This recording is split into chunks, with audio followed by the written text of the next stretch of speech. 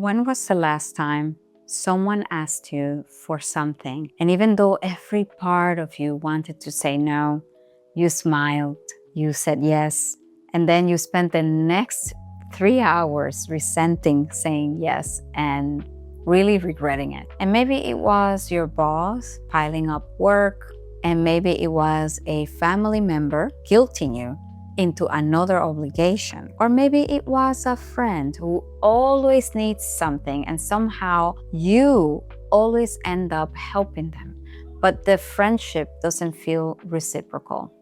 Does that resonate? And here is the part nobody talks about. You weren't being nice, you were being afraid. You see, this is not a matter of being inauthentic or fake, but a matter of being afraid of losing something or fearful of conflict, perhaps. The distinction right there, that's what this entire video is about. Because if you've ever Googled how to stop people pleasing, you've probably been told to just set boundaries or practice saying no or value yourself more. And you tried and it worked out maybe for a few days. And then you were right back into apologizing for things that weren't even your fault. That's not a willpower problem. That is a nervous system problem. And today, I'm going to show you exactly why and what to actually do about it. Hi, I'm Karina Aybar, psychotherapist and coach, and I make videos about setting boundaries without feeling guilty, emotional regulation, parentification, and generational trauma recovery, so that you can understand why you feel the way you do and how to heal with compassion and practical tools. So stay with me, because what I'm about to share completely changed how I understood myself, and I hope it can do the same for you. So let's talk about what people pleasing actually is. We have been sold a lie about people pleasing. We have been told that it means you are too nice, you're a pushover, right? You are just lacking confidence. Self-help culture treats it like a bad habit, like biting your nails or doom scrolling, something that you can just decide to stop, right? But the truth is that trauma-informed research has been pointing this for decades. People-pleasing is a survival strategy. It is not a personality flaw or a character weakness. It is a strategy that your nervous system developed, probably when you were very young.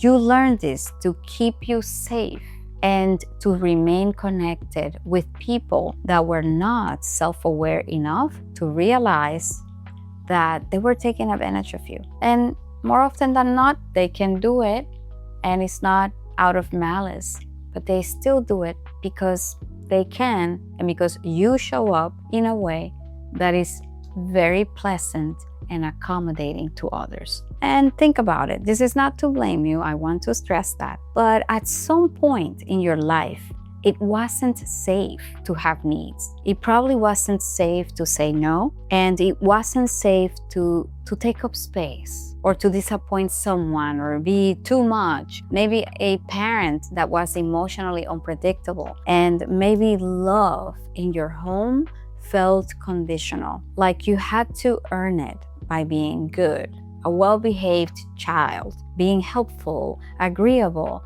and maybe you grew up around conflict and being small and not rocking the boat, and pleasing was how you kept the peace and you were praised and liked. And don't get me wrong, it's important to be respectful as children, but I think you get me.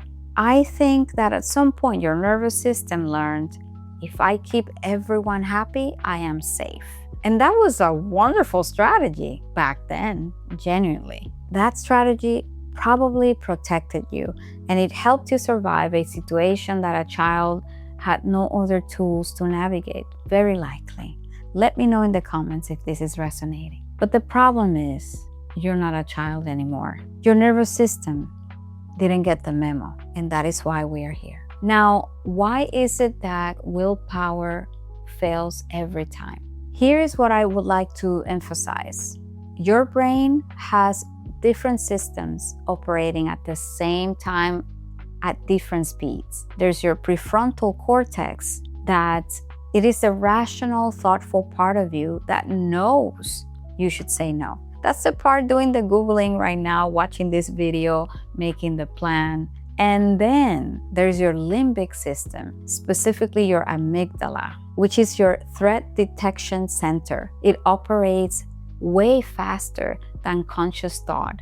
It is scanning the environment constantly, asking one question: am I safe right now? And when someone asks you for something, a favor, your time, your agreement, and your gut immediately tightens, that is your amygdala firing. It's pattern matching against every experience you have ever had where saying no led to anger, frustration, rejection, withdrawal of love, conflict, or punishment. And it is sending your body a signal: danger, comply, survive. And you see that signal hits you and your body before your rational mind even has a chance to weigh in, before you have consciously decided anything. Your mouth is already forming the word yes, okay, sure. And your hand is already reaching for your calendar to make it work.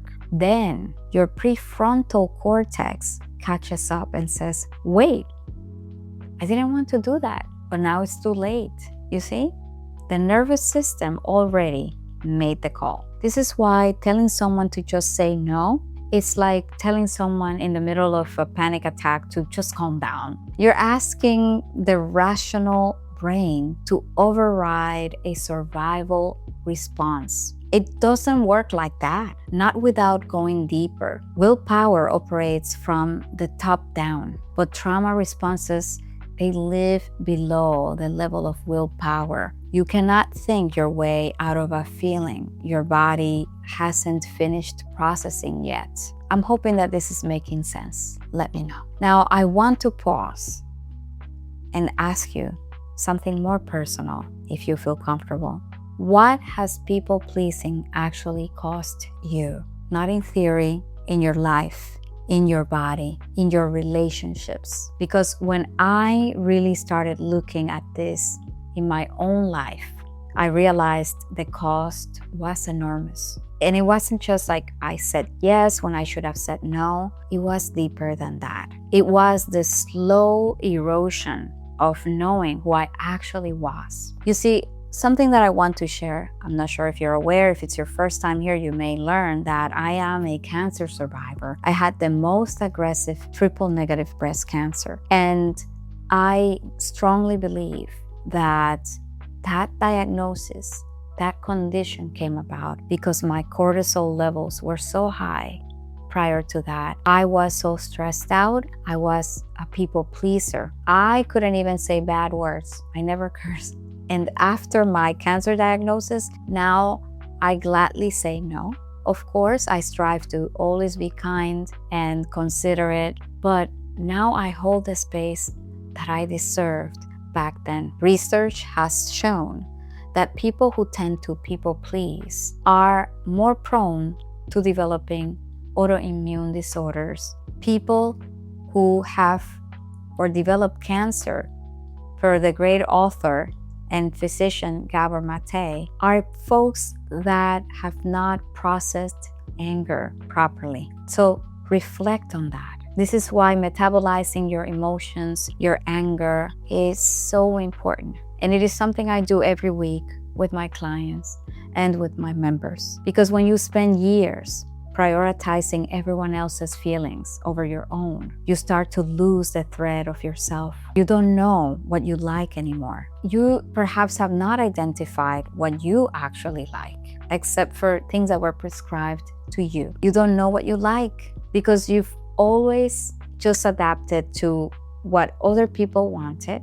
And sometimes you may not know what to think because you've spent a long time mirroring back what felt safest. You don't know what you actually need or how to verbalize your needs and emotions because your needs always felt like burdens.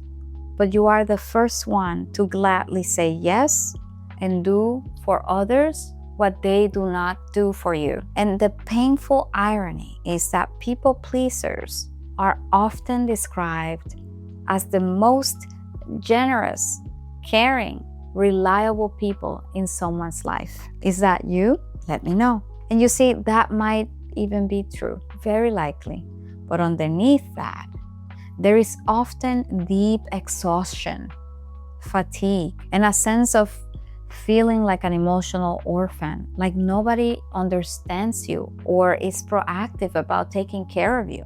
So there is this quiet resentment that you feel guilty for having. There is often a version of yourself that you haven't let anyone see because the version of you that people like feels safe and the real you feels like a risk. And that resentment that you feel, that is not you being ungrateful or being mean. That's your soul sending you a major signal telling you that this is not sustainable.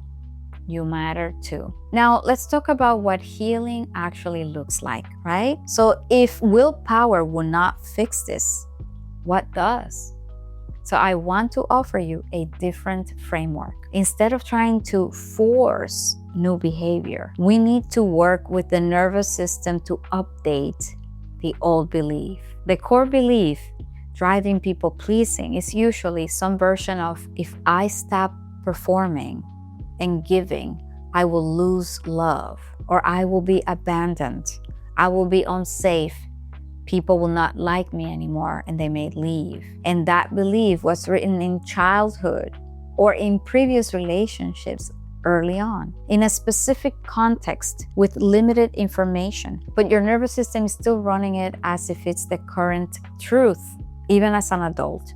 As if every relationship in your adult life operates by the same rules as the ones that first taught you to shrink. Healing means teaching your nervous system that a new reality is actually real, that it is safe, genuinely safe, to have needs, to say no, to disappoint people sometimes, to be imperfect and still be loved. And you cannot do that through thinking alone. You do that through experience, repeated, embodied, corrective experience with people, and having the courage to then self-regulate every time you say no and disappoint someone. Here is what this looks like in practice. Let's say you say no to something small, not a huge thing, just something small, and then you stay present in your body afterward. You notice the anxiety spike, you breathe through it,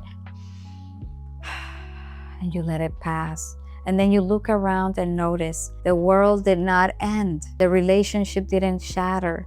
You're still okay. And that moment of tolerating the discomfort and discovering safety on the other side is literally rewiring your nervous system, one small experience at a time. And you can think of this as a mild form of exposure therapy. You don't just rush into it and leap off the deep end. You actually wade in slowly, building evidence that contradicts the old belief. I want you to keep a record, keep a journal of every time you've said no and the relationship hasn't ended. And that means that people are reasonable, and that is someone that deserves to be in your life because they are not counting on you to override your needs and abandon yourself in order to please them, right? So you're not trying to become someone who doesn't care about people. You are becoming someone whose care is chosen and not coerced by fear. So I want to offer you 5 informed practices you can start this week. Number 1, name the fear, not the behavior. Instead of saying, I need to stop saying yes, I want you to try asking, what am I afraid will happen if I say no? And please be very specific. Write it down. Naming it actually is the first step to diffuse it and to start regulating yourself. Now, number 2, pause before responding. Create a buffer. When someone asks you for something, your default can become, let me check and get back to you. That space is everything. It moves the decision from your amygdala to your prefrontal cortex, and that way you can be more intentional about what you are committing to. Now, tip number 3, is to practice the 24-hour rule. For non-urgent requests, please give yourself permission to wait 24 hours before answering. Notice what your body tells you when you are not under immediate social pressure. That quieter signal is often closer to actual truth, and that could allow you some time to, again, be intentional and act in alignment with your values, not out of fear, but actually being intentional about it. And tip number 4 is to learn to tolerate the guilt without obeying it. For instance, when you say no, guilt will show up inevitably, and that is normal. That guilt is not a verdict. That guilt is a withdrawal symptom. You can feel guilty and still hold your boundary. You sit with it, you let it move through you, and it will pass faster than you think. Trust me on this. The more you do it, the more you will realize that people will find other means of fulfilling the need that they are requesting of you. But people do get comfortable. So the goal here is not to enable and to allow people to empower themselves to take care of business, because you yourself have needs. Now, tip number 5, seek out safe relationships to practice saying no. You don't rewire a nervous system in isolation. You find people, a therapist, a group such as our Self-Worth Hub, a friend that is trusted, and you can experiment by saying no, being honest, having needs, and explaining to them that this is something that you need their help with. Instead of being accepted, expressing a real self is profoundly healing. That is where the nervous system learns that it is safe to be real, to be your authentic self, and to ask for what you need. And I want to leave you with this. People pleasing was never about being too kind. It was about being too scared. And that's not your fault. You learned what you learned in the environment that you were given. And now it is time to move forward, because you're not stuck there. Your nervous system is, but it is plastic. It can learn new things. It can write new stories, and you can become someone who gives from fullness instead of fear. Someone whose yes actually means yes, and whose no doesn't feel like the end of the world. That version of you is not far away. It's just waiting for you to stop overriding it. And now, if this resonated with you, please share it with someone who may need to hear this. And make sure you check out my Boundaries series and playlist, because most people pleasers suffer in silence, thinking something that is wrong with them, but nothing is wrong with you. And that is why I want to connect with you in the comments. I want you to find that trusted person, and you're more than welcome to check out our Self-Worth Hub, an empowering community where we learn to say no and live unapologetically. Now, as usual, I will see you in the next video, and please remember your resilience.